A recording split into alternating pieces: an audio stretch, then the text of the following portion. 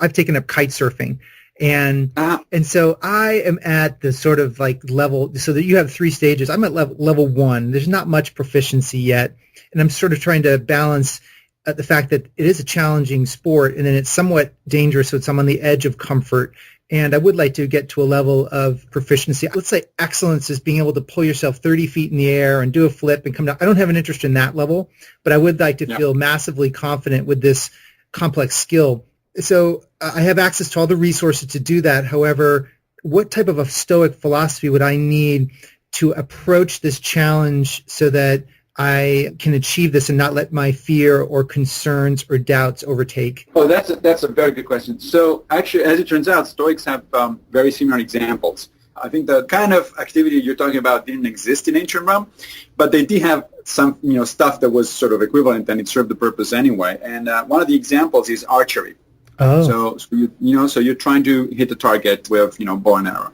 And there's this famous passage in Cicero, who was not himself a Stoic, but he wrote about Stoicism quite a bit, and he was very sympathetic to Stoicism. And he said, look, suppose you want to hit the target, and you've got your bow and your arrow, and you practice, and you think you've improved your practice and all that. And then at some point, of course, the crucial moment comes, you have to let go of the arrow, and the arrow is going to fly off the bow, and it may or may not hit the target, right? Well, he said, there is a dichotomy here. There's a separation of 2 goals. One goal is the external one of actually hitting the target, right? The other one is the internal goal of having done your best in order to put yourself in a situation of hitting the target, okay? Now, Cicero said the internal goal is entirely up to you. That is, you have complete control over that. You have control over how many times you practice. You have control over how you react to your failures. You have control over, over your behavior, basically, up to the point in which you let the arrow fly. As soon as the arrow left your bow, you have no control of what's going to happen after that.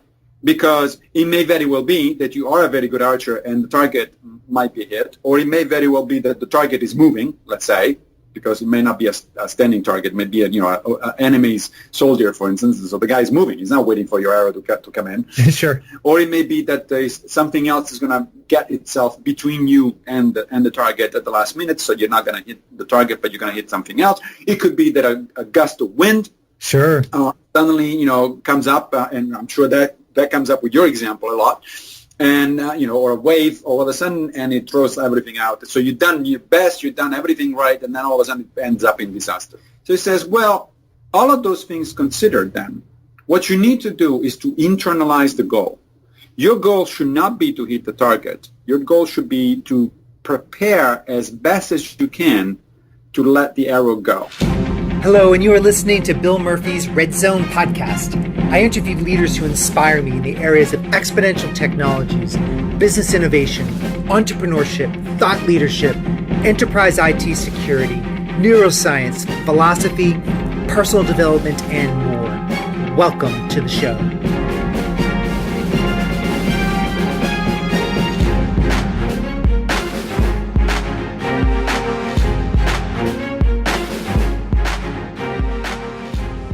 Hello, and you're listening to Bill Murphy's Red Zone podcast, and I want to welcome you to the show today.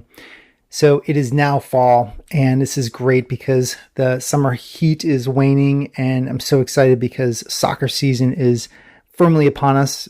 I guess it was upon us in the summer as well, but I love soccer in the fall, and just saw my 15-year-old play yesterday, and I'm seeing my 11-year-old play today, and gosh, it just makes me appreciate the 10 years of soccer coaching that I've been doing. And this is the first fall that I'm not coaching in 10 years. So watching my 15-year-old and my 12-year-old and my 13-year-old play, I get to watch from the stands. And that's truly a great perspective. I'm now going to break out the video cameras and start to record and capture some of these moments. But definitely it's a time for appreciating everything that I have, which I'm so grateful for. So today, I have a really fantastic guest. I think from a philosophy point of view, I don't think we can go into any deep business and technological domain exclusively these days as a leader without being able to have a breadth of wisdom. I think we can have there's a difference between knowledge and expertise and technical know-how and wisdom. And I think wisdom comes across being able to integrate and synthesize across different domains and draw various distinctions. And I think leaders need to understand the scope of their domain for sure, but also be able to look across the width so they can provide value, tons of value to their teams, their organizations, and their families. And this is where I see the world of philosophy and technology intersecting, working together, and providing a powerful catalyst for change. And my guest this week is a powerhouse. His name is, I'm not sure if I just used that word powerhouse, but we're going to go with it. He's a powerhouse, and his name is Massimo, Professor Massimo Pigliucci. And I'm very excited to bring this interview to you. He has a doctorate in genetics from the University of Ferrara, Italy, a PhD in evolutionary biology from the University of Connecticut, a PhD in philosophy from the University of Tennessee, and he's done post-doctoral research in evolutionary ecology at Brown, and currently the Irani Professor of Philosophy at the City College of New York. His research interests include the philosophy of biology, the relationship between science and philosophy, and the nature of pseudoscience, and the practical philosophy of Stoicism. If you're familiar with Ryan Holiday and sort of the Stoic movement that's going on in the US right now, he's right in the middle of it, leading the charge. He has a fantastic article published last year in the New York Times, which I'll provide links to. He's published in Philosophy Now, Philosopher's Magazine, amongst others. Also, two fantastic, I highly recommend blogs, platofootnote.org on general philosophy and how to be a Stoic, which is at howtobeastoic.org, which explores personal exploration of Stoicism and practical philosophy. At last count, Professor Pigliucci has published 146 technical papers on science and philosophy, 10 technical and public outreach books, and the book that was one of my favorites that I truly enjoyed, and I highly recommend you purchase, is Answers for Aristotle, How Science and Philosophy Can Lead Us to More Meaningful Life. And I also love this because we're so inclined to look to the West wants to look to the East for wisdom, but in our own backyard in Western philosophy is a complete treasure trove of depth of philosophy and wisdom. And we're not saying don't go to the East to find your wisdom, but it's right in our back door, which is what I love. So we explore, some things for you. What are you going to get out of this? Well, I think you're going to learn about ethics and artificial intelligence, ethics in programming, types of ethical philosophies, and the difficulty of programmatically with technology managing ethics and governance. And you're going to learn about Stoicism as well. I think it's fascinating. I asked him a lot of questions about Stoicism as well. In addition to that, I asked him how I can ask great questions to stir great debate and conversation at my dinner table with my children. I don't have tons of time with my kids, but I do carve out some time, and I want to make best use of that. And so he had some book recommendations you can get on the show notes. And you can also get all of these resources at redzonetech.net/podcasts, or you can download the show transcript and get it all.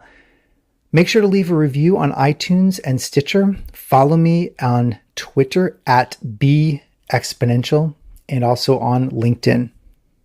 It is with great pleasure that I bring to you my discussion with Massimo Pigliucci. I grew up in Boston, Massachusetts, Massimo, and then what's interesting is I went to high school at a Jesuit high school, all boys Catholic school. Oh, wow.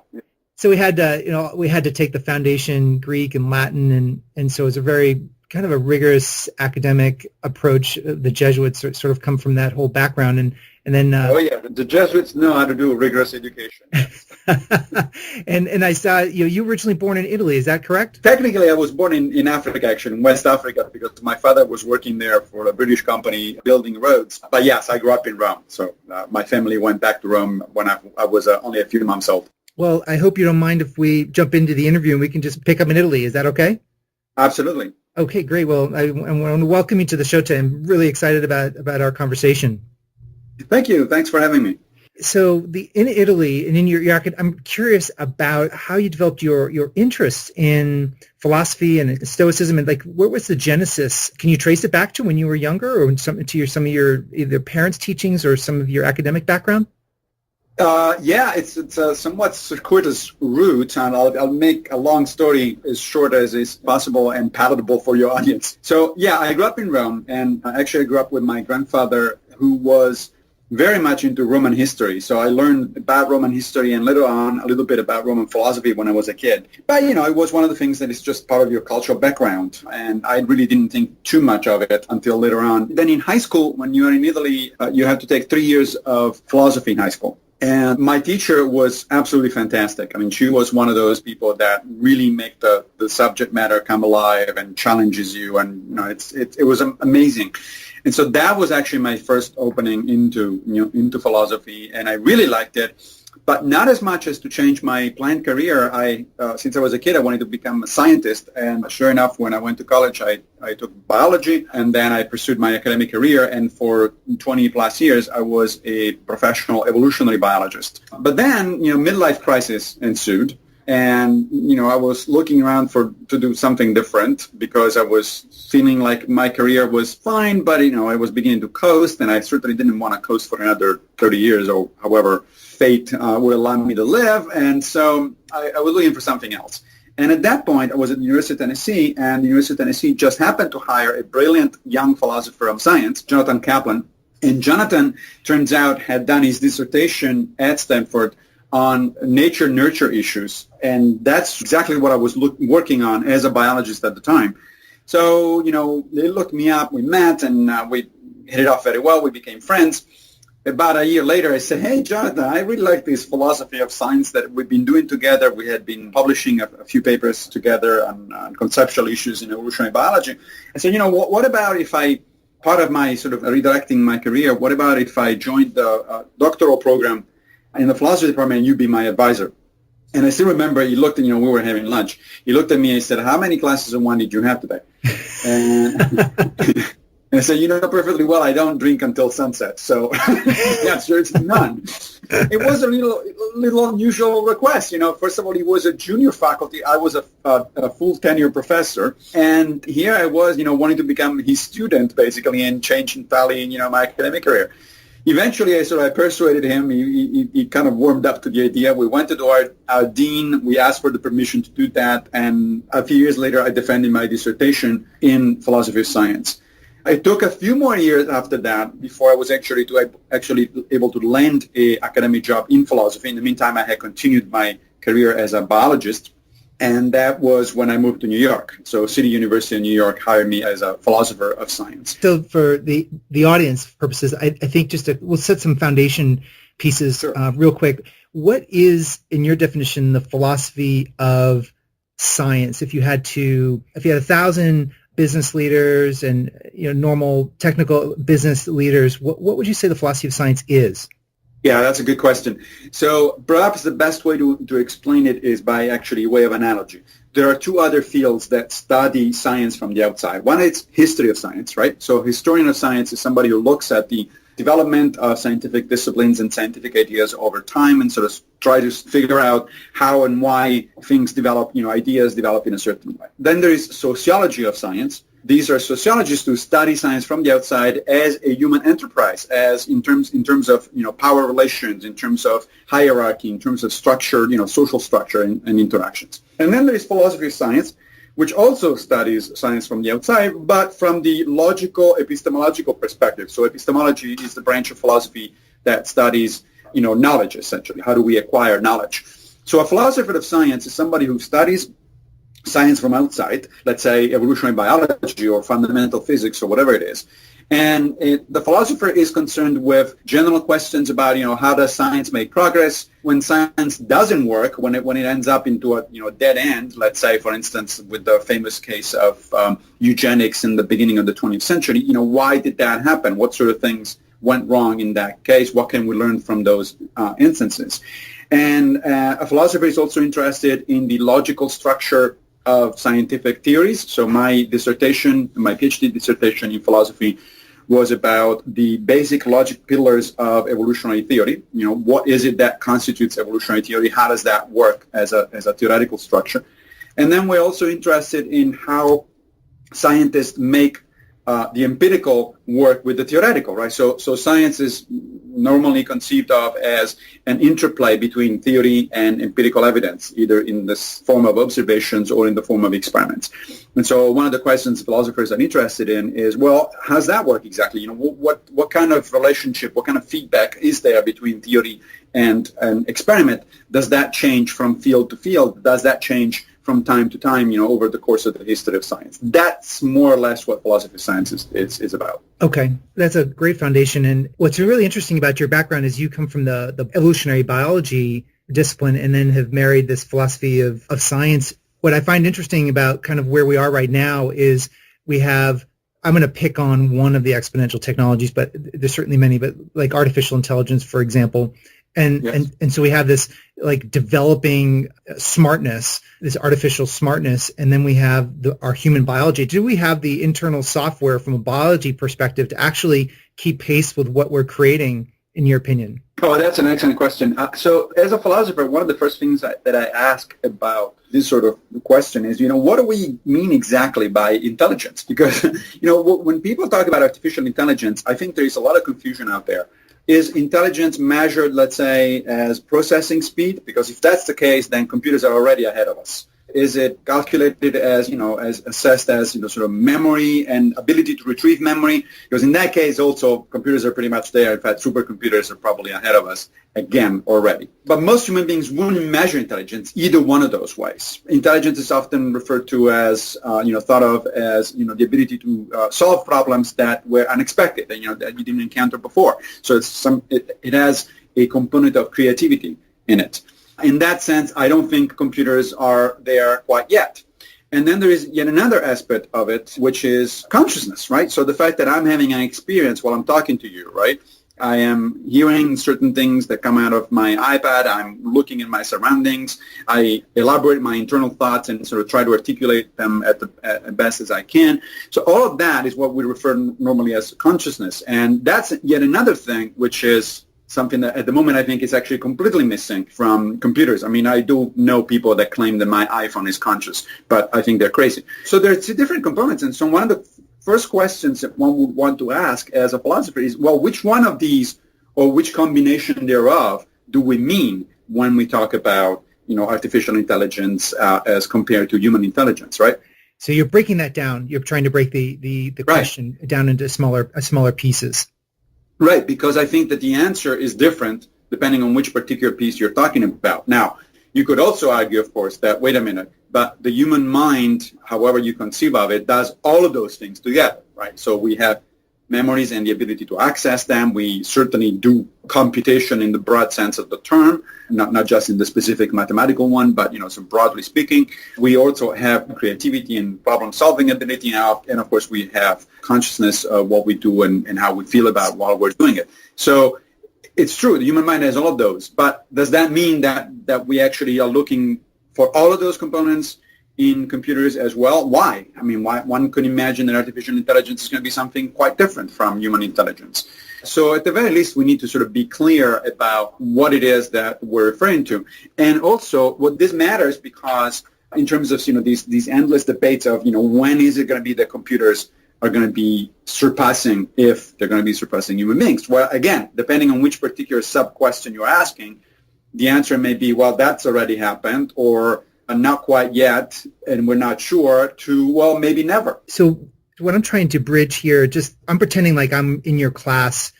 You're the professor and I'm the student. So I'm trying to ask questions that I know I have because I'm deeply interested in understanding. I learned by reading your book, which, by the way, the answers for Aristotle was fantastic, and the subtitle, How Science and Philosophy Can Lead Us to a More Meaningful Life. One of the pieces was really interesting is you spent time talking about mathematics, and I want to bridge the sort of left and right brain approaches to philosophy, because my subsequent question is going to be more on the right brain, but my left brain question is, how is philosophy and mathematics combined why is philosophy and mathematics important? Or should I say proof, that proving the theorems that you would need? Like, maybe you can just give some of the foundation there and why that's important. So when it comes to philosophy and mathematics, there are, again, different kinds of relationships. So first of all, there's an entire field called philosophy of mathematics, which does about mathematics what philosophy of science does with science. That is, philosophy of mathematics studies what mathematicians do and how they reason and the foundations of mathematical reasoning and why it works, why it doesn't work, and that sort of stuff. So there's one aspect in which mathematics and philosophy interact. The other aspect is that historically, a lot of philosophers have been interested in mathematics because of both sort of the access to this abstract realm that mathematicians feel that they have, this realm of ideas that they feel they have, and also because of the practical importance. And this goes back all the way to the ancient Greeks. I mean, I was recently on the island of Samos in Greece, and I climbed up with a couple of friends to Pythagoras' cave. This is a cave where... Oh, really?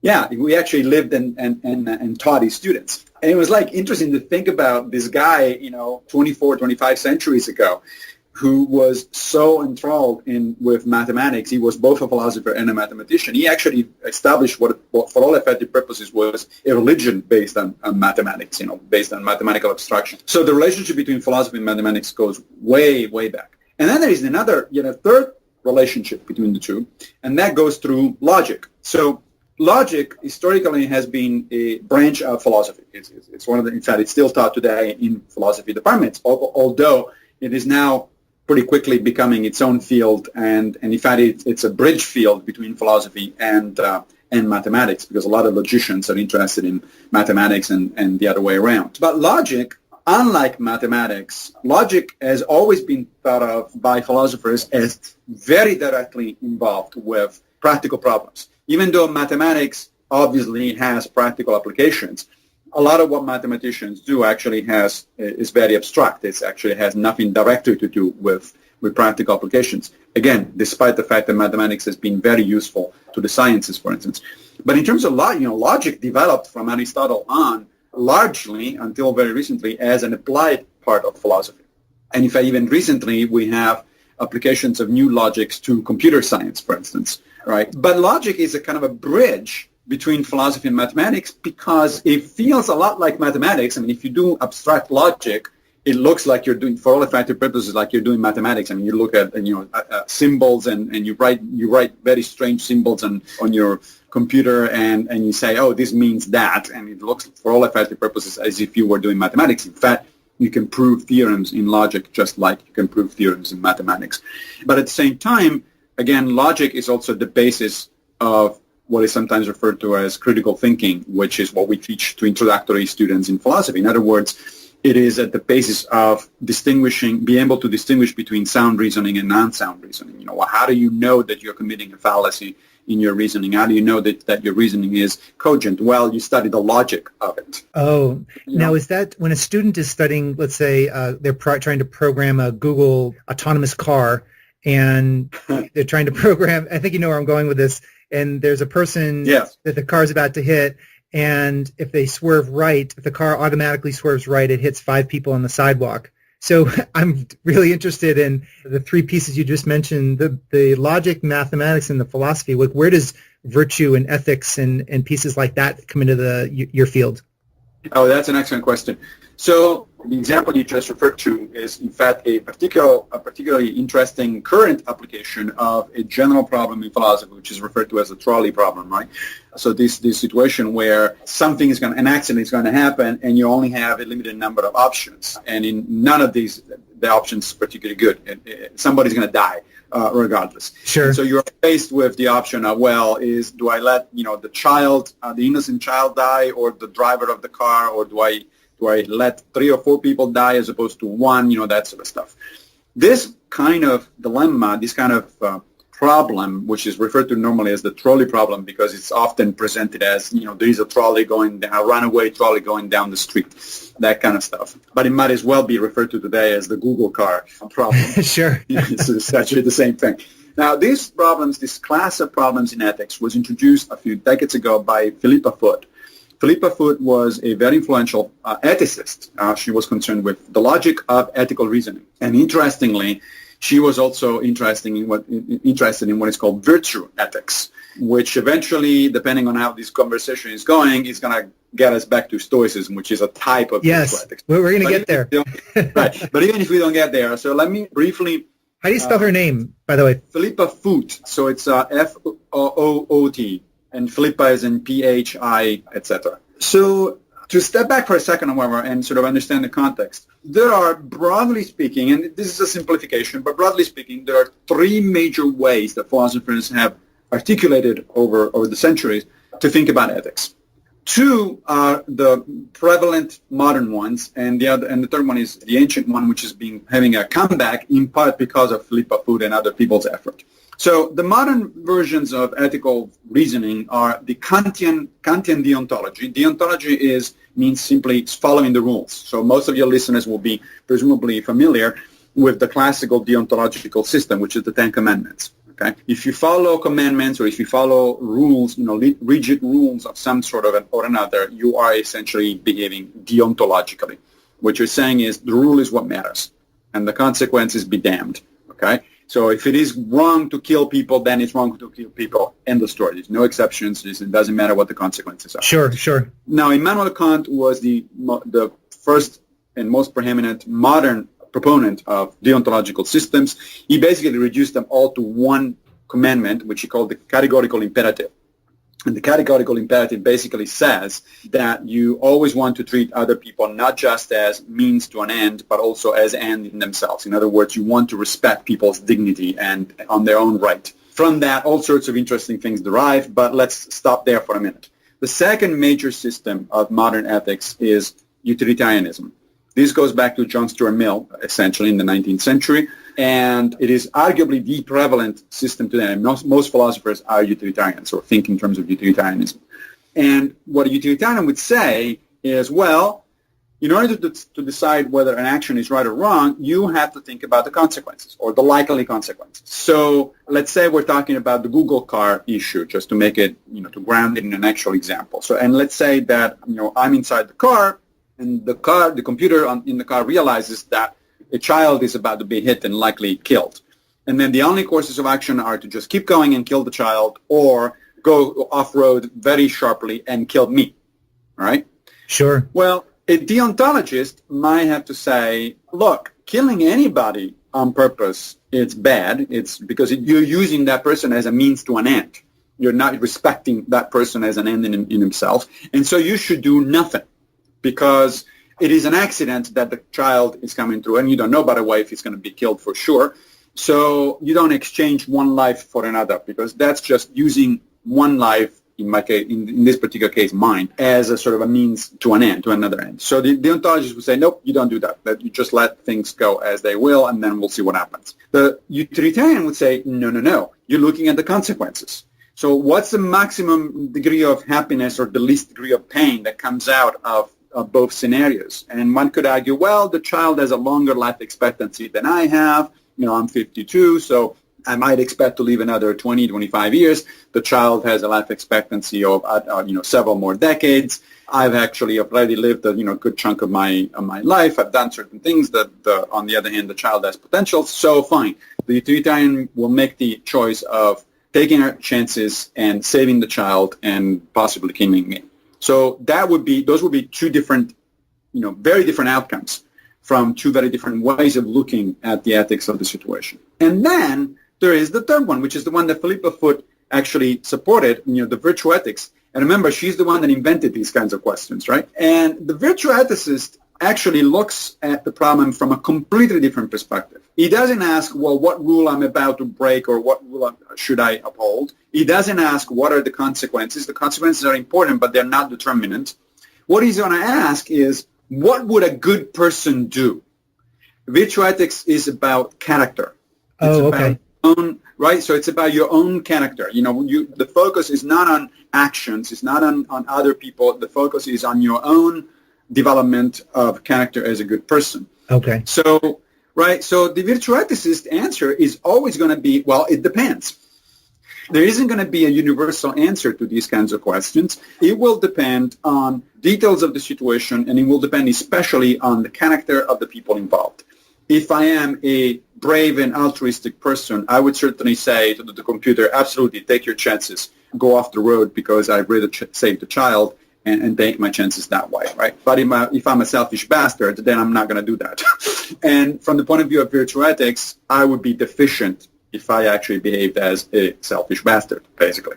So the interesting thing in all of this is that Filippo Foot set up these trolley problems, which at the time were completely sort of theoretical, to completely hypothetical, to show that both utilitarianism and deontology don't really quite work. They're too rigid. They don't take into account the nuances of the situation. They don't take into account, a lot of factors that most of us actually would want to be taken into account. But little do you know, now we're looking at a society where that kind of thing can actually happen. Those kind of decisions will have to eventually be made by an automated computer, which means that computer would have to be equipped with a program, with software, that allows it to make ethical decisions. That's fascinating. That to me is absolutely fascinating. Yeah, because so the Stuart Mill utilitarianism and the Kantian deontological approach are probably going to have to be followed from a programmatic point of view, but then Philippe's point of view on the virtue and ethics, that's going to be, it's almost going to be a clash in many respects. Yeah. If your programmer is a Kantian deontologist, you're going to get one piece of software. If he's a utilitarian, you're going to get a very different kind of piece of software, and therefore a very kind of different behavior from the car. Yeah. And the interesting thing is that, to me as a philosopher, is that virtue ethics, unlike the other two, virtue ethics is much more difficult to implement in a computer because, deontology is about following rules or not, and computers are very good at following rules. You specify the rule and you say, okay, you don't do that, period, end of story. It's a little more difficult to build a utilitarian computer, but it's possible because utilitarianism is also based on basically maximizing one quantity and minimizing another one, right? So utilitarians would try to maximize happiness and decrease pain. Now, we can have a long discussion about, well, what do you mean by happiness and all that sort of stuff, right? But at the very least, these are quantitative, these are quantifiable, so the computer can be programmed in a way to sort of try to estimate, maybe using a Bayesian framework or something like that, to estimate those quantities and make the best decision. But to try to implement a virtue ethical perspective in a computer is going to be really difficult because virtue ethics is based on the human ability to provide sound judgments on complex situations. And that, I think, is going to be much, much more difficult. Human beings are very good, actually, doing that sort of stuff. We learn to do it throughout our development and our upbringing. And my guess is that it's going to be very difficult to have a computer do it unless you somehow can sort of originate the data equivalent, and I'm talking about the Star Trek character now, the data Sure. equivalent of an ethical chip, right? And you can insert, and all of a sudden the computer has judgment. But I don't know how that would be done at the moment. Is this what the Chinese room experiment and the Turing test attempting to try to debunk as far as consciousness is concerned, or where? Those are related issues. So there are two different questions. So one, the Turing test tries to address the question of, how would you know if a computer behaved like, were conscious or behaved or were intelligent? As I said earlier, all of these tests, all of these discussions actually tend to confuse consciousness with an intelligence. So let's use the term intelligence right now, which is what actually Turing was talking about. So the Turing test basically, as I'm sure many of your listeners will know, essentially says, look, if you are talking to either a computer or a human being via a keyboard, and so you don't know whether the entity on the other side is a computer or a person, at what point will you decide that, even if it is a computer, it's essentially behaving for all effective purposes as a person? And the test consists in asking questions and having a conversation via keyboard. And if you cannot tell within a certain allotted period of time whether you're talking to a human being or a computer, basically the computer has passed the Turing test, and we will say that the computer has human intelligence. The problem with the Turing test is that it is essentially a behavioristic test, meaning that it's based entirely on observable behavior. That is, it doesn't have any access to the internal mental workings of either the computer or the human being, right? And so you wouldn't be able to tell through a Turing test if, in fact, the computer is conscious or not. You'd just be able to tell, okay, it's behaving as if, it's behaving as if a human being were answering, but that's about it. That doesn't license any conclusion, any inference on the inside workings of that computer. That's one problem. The other problem is that it's actually, as it turns out, somewhat easy to fool a human being. Sure. To write a program that fools a human being, especially if it's a limited period of time. I mean, there is an international competition, I think, every year or every other year that carries out these Turing tests, and I think the limit is 5 minutes. Well, it's not that difficult, as it turns out, to write a code that is not intelligent at all, and yet fools a human being into thinking that it is intelligent. So there is a problem there. So part of our conversation has to start to move to Stoic philosophy. And so you're, I would say, one of the major leaders in that movement. And I didn't think I was going to be interested 2 or 3 years ago in that. And I have become much more interested recently. Why Stoic philosophy now? Like, why is it gaining more traction? And what do you think the underpinnings of it are that are leading that charge? That's a great question. I think there's a number of reasons. On the one hand, more and more people do feel like they want some kind of philosophy of life. Now, traditionally, religions have offered a philosophy of life, right? So Christianity, even though it's a religion, there is worshipping of a transcendental entity and so on and so forth. It's also a philosophy, meaning that it does give you ethical guidance, for instance. It does give you existential comfort and so on and so forth. So it is also a philosophy. In fact, I would argue that all religions are also philosophy, even though most philosophies are actually not religions because they don't include the worship of a transcendental entity. So historically, however, most of us got their philosophy from religions. Now, we're living in interesting times where the number of secular people or people who are not particularly associated with religions is increasing, especially in the Western world. But we still need answers to the same kind of questions. I mean, we still want to know who we are and what are we doing and what is it all about, and what should I do in my life to pursue happiness, and what does happiness mean, and so on and so forth. So there is still an interest in developing a philosophy of life, although most people don't think of it that way, but that's what it is. And that explains, for instance, the high level of popularity of some Eastern philosophies like Buddhism. Certain versions of Buddhism are religious, other versions are pretty much entirely secular. In fact, the original Buddhism was secular. It did not include any gods in any worshiping. And Stoicism is in that category. That is, it is essentially, I often present it as the Western response or the Western equivalent to Buddhism. It originated at about the same time. Buddhism is a few centuries older than Stoicism, like 2 to 3 centuries older than Stoicism, depending on who's counting. But it presents many of the similar ideas. It is about prioritizing things in life. It is about teaching you how to meditate. It is about teaching you how to think about what's important in life and what is not important and how to behave and so on and so forth. So there's a lot of similarities there. It's really interesting. I was reading Peter Kingsley and some material that he had published, and I was shocked to see that, because we're so romantic about the East. We're so romantic about Zen and Buddhism and these Eastern philosophies, which is, there's nothing wrong with them. They're fantastic. However, I didn't realize that we've almost like forgotten about our own Western heritage. Yeah. It's equally ancient. It is equally ancient, and it has, of course, developed in some sense in a sort of along parallel lines. As I said, there's a lot of similarities between Stoicism and Buddhism, but in other sense, it's very different. By the way, I know some of your listeners who know about Buddhism may take me to task on this, so I'm not going to talk about Buddhism a lot, but Buddhism really should be referred to as in the plural, Buddhisms, because there's a number of Buddhist traditions that have developed over 2.5 millennia, and so it's kind of hard to pinpoint. This is what I mean by Buddhism. But there are some traditions within Buddhism that are very sort of rationalistic, and logic, and those are very similar to the Greek-Roman traditions, including Stoicism. And then there are others that are, on the other hand, much more mystical and much more religious in nature. And Zen Buddhism tends to be on the mystical side of things, for instance. Okay. And so they appeal to different people depending on what your personality, I think, is, depending on what your goals in life are, and so on. But you were asking earlier, why Stoicism now? I think that one of the answers, so I gave part of the answer. That is, I think that more and more people are looking for philosophies of life or for a general framework in life that doesn't come from religion.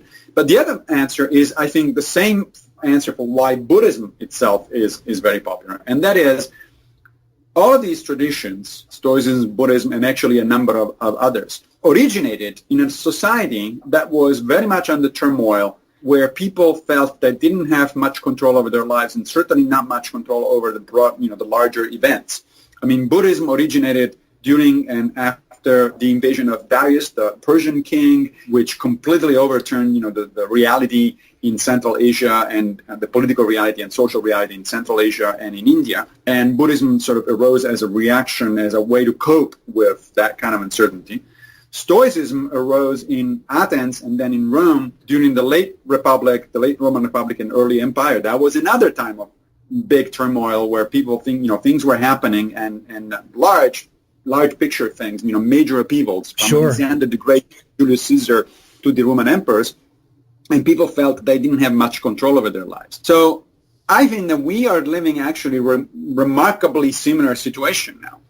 On the one hand, we live in a highly technological society, at least some of us on the planet, and we enjoy a relatively good level of healthcare, certain longevity, longer lifespan and life expectancy, a lot more education. You can argue that a lot of people, especially in the Western world and some other areas of the planet, are living now in conditions that are much better than any king in the past. We have, for instance, hot water in the morning for the shower. Almost nobody had that kind of thing before.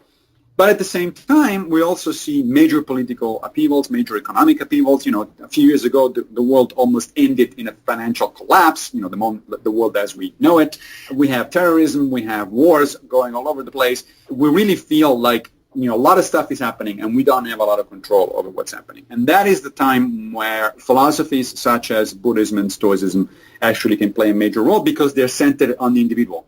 They focus on what it is that I can and cannot do, how should I behave in this kind of general turmoil, how should I conduct myself, what is the meaning of what I'm doing within this broader context. Yeah, I love that, the way you brought that together. And in your book, I think what's really interesting for our listeners is, and I found it very useful, is so the role of mindfulness and meditation and really helping to combat, essentially help us feel like we're in control in a very uncontrollable situation. Those are some of the philosophies that I know Stoicism brings about. But in your book, you talked about intuition and science, and I found it interesting that you had like these 3 steps, and then and sort of like a kind of a practical application of this, of Stoic philosophy, is you had talked about the steps, and maybe you can go through them, of acquiring skills, and then how, and I think most of the listeners, they're going to be highly educated professionals of different various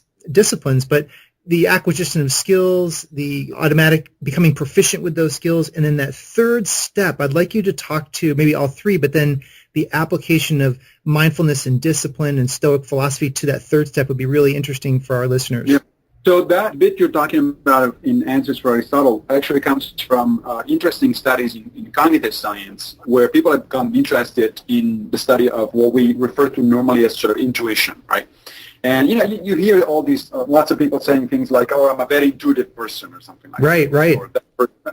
Well, as it turns out, cognitive science tells us that there's no such thing as an intuitive person, period, meaning somebody who is good at intuitions across the board, no matter what the topic or no matter what the area of application. What there is that it seems that intuition, which is essentially, psychologists think of intuition as massive, unconscious processing of information on the part of the brain. Okay, that's basically what intuition is. That then you call up at some point when you have a problem, and you can study intuition in specific domains. As it turns out, intuition is domain specific. So one of the best examples is studying intuition in chess players, right? And the reason it's one of the best examples is because it's particularly easy to study under those conditions, because the problem is very well defined. You have lots of people that volunteer for the experiments and so on. But the same findings actually can be extended to a number of other areas of application, from playing sports to playing musical instruments to getting PhDs in the sciences, you name it, or being a computer programmer. But focusing for a moment on chess playing. So what happens is this. Initially, when you start playing chess, when you learn about playing chess, you have to be very conscious about remembering all the rules, remembering all moves that are allowed and forbidden, and so on and so forth. And then you begin to learn a little bit of strategy. People explain to you about opening gambits and about, defense versus attack, and the idea that you should be trying to defend the central part, gain control and then defend the central part of the board, and so on and so forth. All these things initially are overwhelming for a novice. And so a novice doesn't play very well because he has not internalized all of this stuff. He has to think about all of this very deliberately, very consciously, and go through the moves and so on and so forth. And that's very taxing, and it's very slow. Okay? But the more you play, and I'm talking about tens and then hundreds and then eventually thousands of hours of play, the more some of these things become internalized. You start doing, I've been playing chess for a long time since I was a kid, and I'm certainly not very good at it, but I made progress. And Sure. I realize now, that I don't have to think about my openings. I look at the board and I say, oh yeah, I'm going to do this. I don't even think I'm going to do this. My hand moves and it makes a particular. Much more proficient than when you started. Yes, exactly. So you become more proficient, and a lot of the decision making is shifted down to the unconscious level. So you don't even think about it. Later on, when you become something that I've certainly not become and never will become, that is a grandmaster, let's say, right? So these are people who literally spent tens of thousands of hours playing chess, and they've improved over many, many years, right?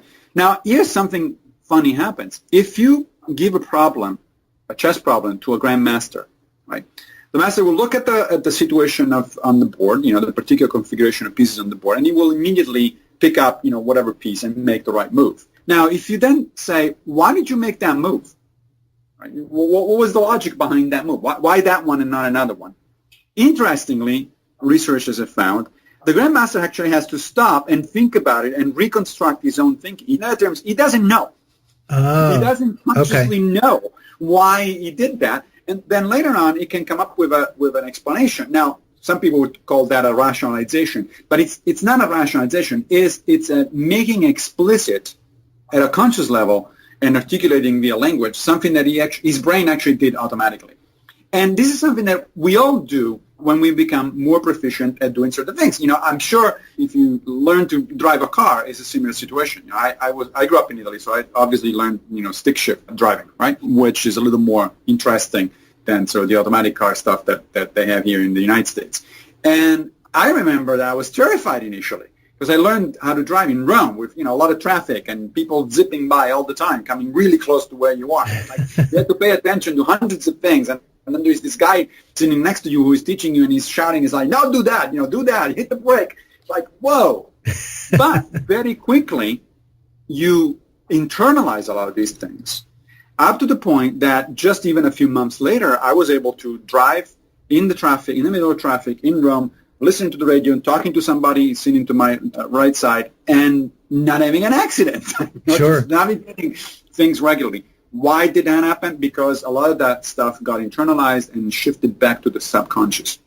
Yeah. So that's what intuition is. It's this massive processing of, subconscious processing of information that comes handy whenever you have a sudden problem.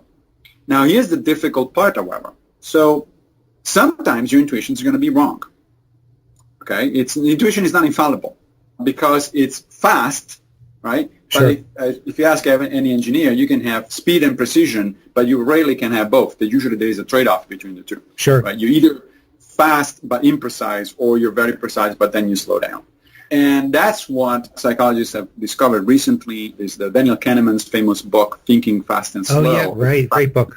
Right. It's about that one. It's about this phenomenon. That is, what our brain does, it shifts back and forth between the fast thinking, which is the subconscious, very immediate but also somewhat inaccurate, and the slow thinking, which is conscious.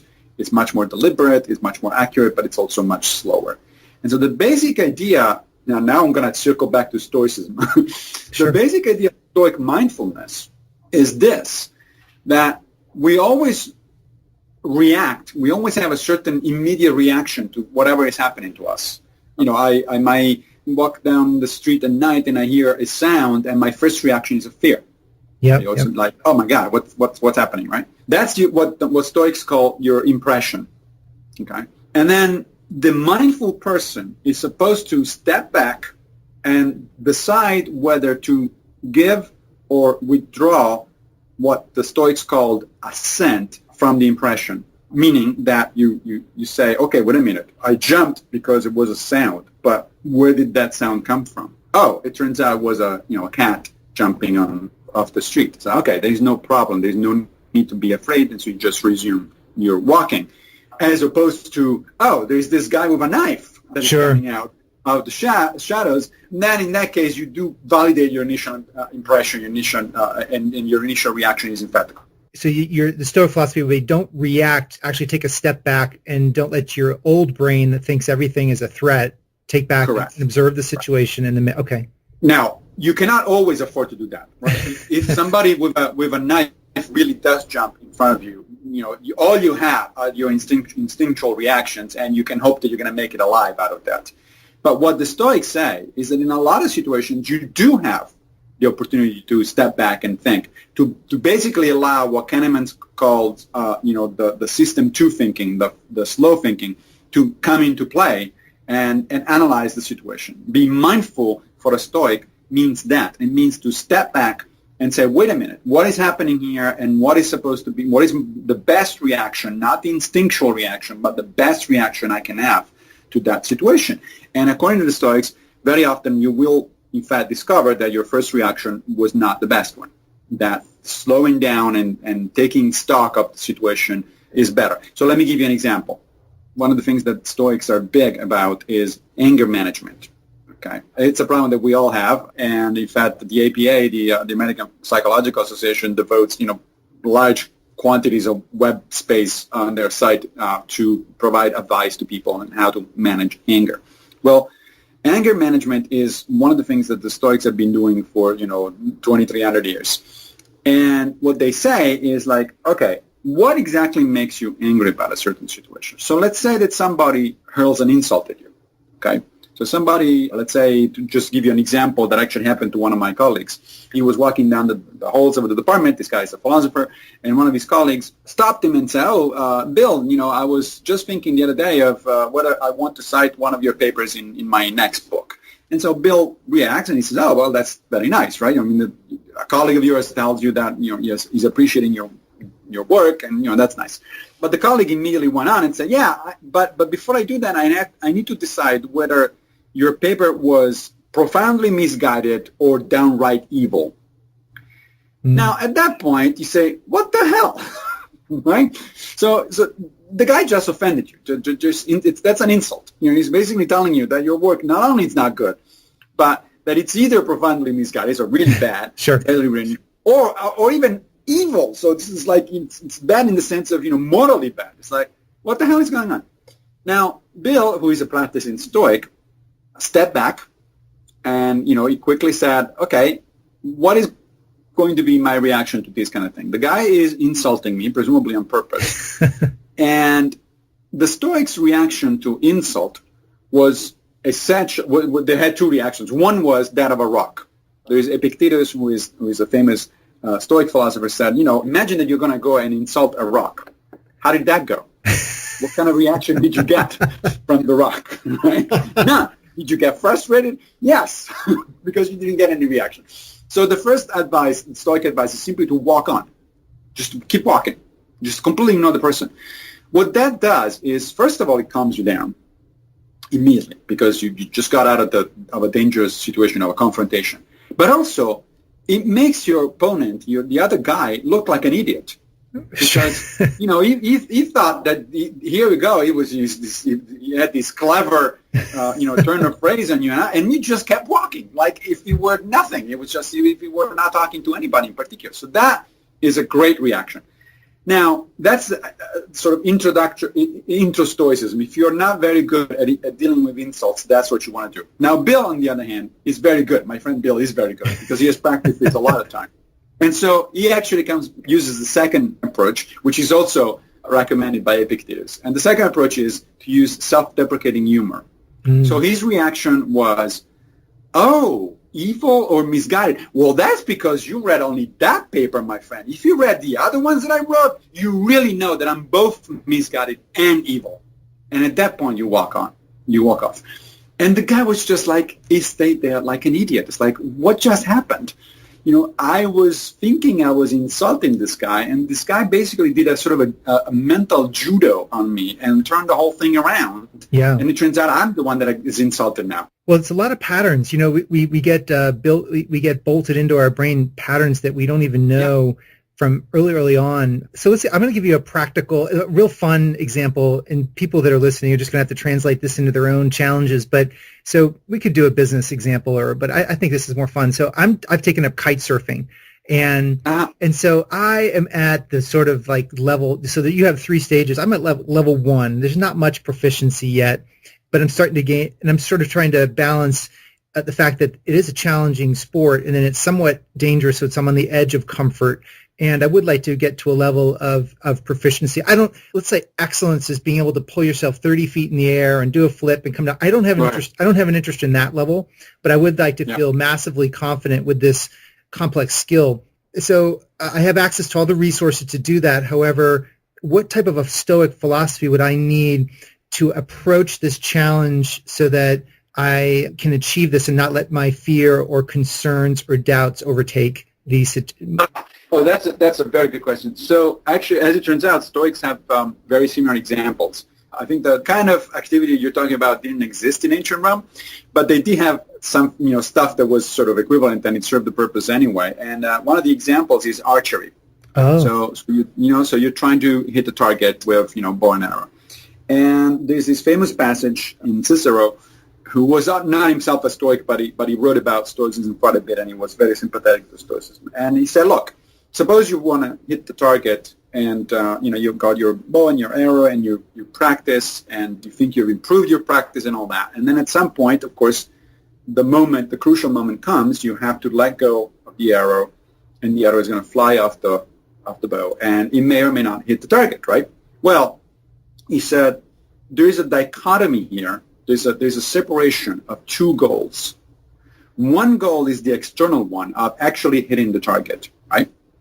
The other one is the internal goal of having done your best in order to put yourself in a situation of hitting the target, okay? Now, Cicero said the internal goal is entirely up to you. That is, you have complete control over that. You have control over how many times you practice. You have control over how you react to your failures. You have control over, over your behavior, basically, up to the point in which you let the arrow fly. As soon as the arrow left your bow, you have no control of what's going to happen after that. Because it may very well be that you are a very good archer and the target might be hit, or it may very well be that the target is moving, let's say, because it may not be a standing target, it may be an enemy's soldier, for instance. So the guy is moving; he's not waiting for your arrow to come in. Sure. Or it may be that something else is going to get itself between you and the target at the last minute, so you're not going to hit the target, but you're going to hit something else. It could be that a gust of wind, sure, suddenly comes up, and I'm sure that comes up with your example a lot. And, or a wave all of a sudden, and it throws everything out. So you've done your best, you've done everything right, and then all of a sudden it ends up in disaster. So he says, well, all of those things considered then, what you need to do is to internalize the goal. Your goal should not be to hit the target. Your goal should be to prepare as best as you can to let the arrow go. Sure. Oh, yeah. That's it. Okay. You see okay. So it's the application and the application and then the release of the outcome. Yeah, that's right. Exactly. So the outcome, as he says, it's to be preferred but not desired. This is a wonderful turn of phrase. I mean, Cicero had a way with words, I think. But preferred but not to be desired, meaning that, of course, you prefer to hit the target. I mean, yeah, stupid. That's why you're doing it, right? In your case, of course, you prefer to have mastery of your instrument and be able to withstand the winds and the waves. Fine. Sure. That's your preferred outcome. But you train yourself not to desire that. What you desire instead is to do your utmost best in practicing that particular sport or that particular activity or whatever it is. And look, this actually has, I mean, you mentioned business applications. This actually is, the Stoics applied that across the board. Let's say that tomorrow, that tomorrow morning you're up for a decision for a promotion or not, right, at your office. Well, the Stoic would say you can go to sleep and not worry about it at all, because you already achieved, if you worked hard, You already achieved the only goal that is within your control, which is to put forth your best resume, your best effort, your best job, and so on and so forth. You've done that already, okay? And that is what was under your control. Sure. The outcome, whether you do get the promotion or not, it's not under your control because it depends on, if you had competitors that are maybe better than you, if your boss didn't like you for whatever reason, arbitrary reason, or something else happens, or, there's a budget cut and all of a sudden they cannot actually increase anybody's salaries or give any promotion. All of that stuff is outside of your control, and so you should remove it from your desires. It's still a preferred outcome, but you remove it from your desires. This is very, very similar to Buddhist ideas. Totally. Preferring things and the detachment from outcomes and that sort of stuff. Yeah, preferences versus desires. Yeah, it's very, very similar. Oh, gosh, you've really made this come to life, and I really, really appreciate that. And I think I just have one question for you, Massimo. I think we can wrap up. And this is, again, kind of actually, before we ask that last question, how can people learn most about you, and what message do you want to give to people? Is there a particular, because on the show notes, I'll put your Twitter and your YouTube channel and your Facebook, and not Facebook, but your footnotes from your major websites and such. But is there some place that you want the listeners to go to learn more about you that you would prefer? Well, as you mentioned, I'm all over the damn internet, but my two favorite places are my two blogs. I have a blog called platofootnote.org, which is about general philosophy. There I write about general philosophical issues. And then I have a second one, which is called howtobeastoic.org, and that's where I do all my Stoic writings. Are you going to be at that camp? I know you're having a Stoic camp in New York.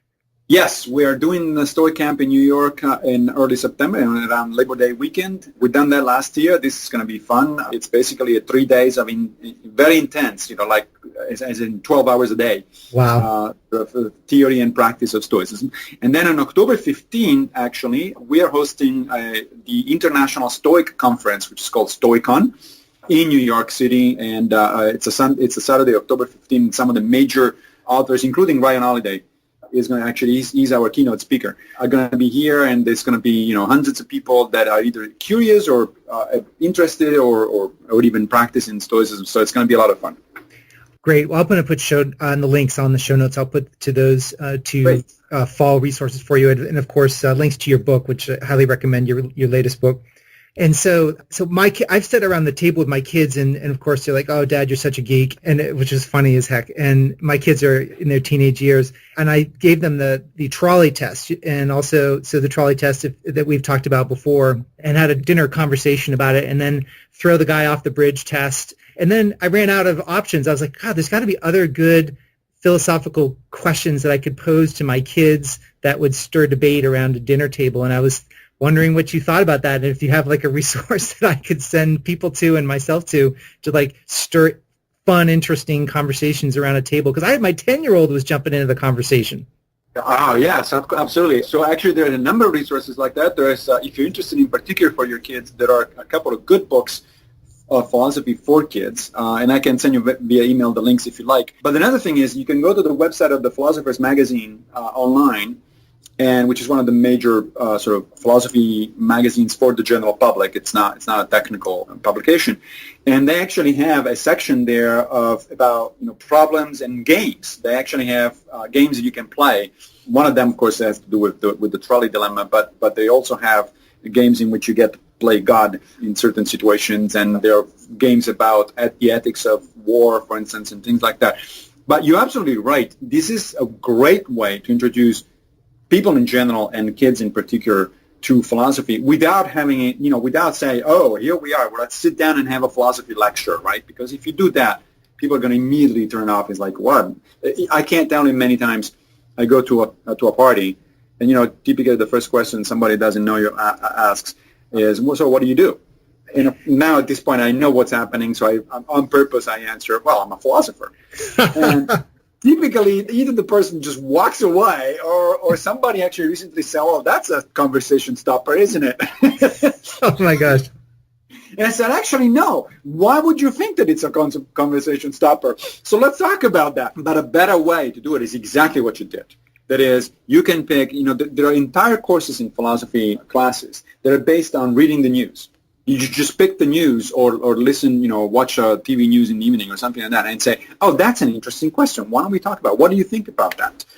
And they typically have to do with ethical problems, but not only. I mean, you can have conversations about artificial intelligence. You can have conversations about science and technology. You can have conversation about medical research. I mean, philosophy is literally everywhere. There is not a single topic I can think of that does not have a philosophical underpinning of one kind or another. Well, you've really made this topic come alive for myself and for listeners, and I was really excited to have you on the show. And as I mentioned, I'm going to link up all of these resources on the website and for the show notes. And I really appreciate you for your time today, Massimo. Thank you very much. It was a pleasure. Okay, thank you. Talk to you soon. Yes, bye. So there you have it. That's my conversation and discussion with Professor Massimo Pigliucci. I hope our conversation made you think in ways that you haven't perceived before regarding technology, ethics, philosophy, and perhaps a new way of looking at the world. Go to redzonetech.net/podcast. You can get the show notes, links to books that he thinks are good for children as far as developing philosophy and critical thinking skills. So I hope you have a great day, and I appreciate you very much for listening. This is Bill Murphy signing off. So there you have it. This wraps another episode of Bill Murphy's Red Zone podcast.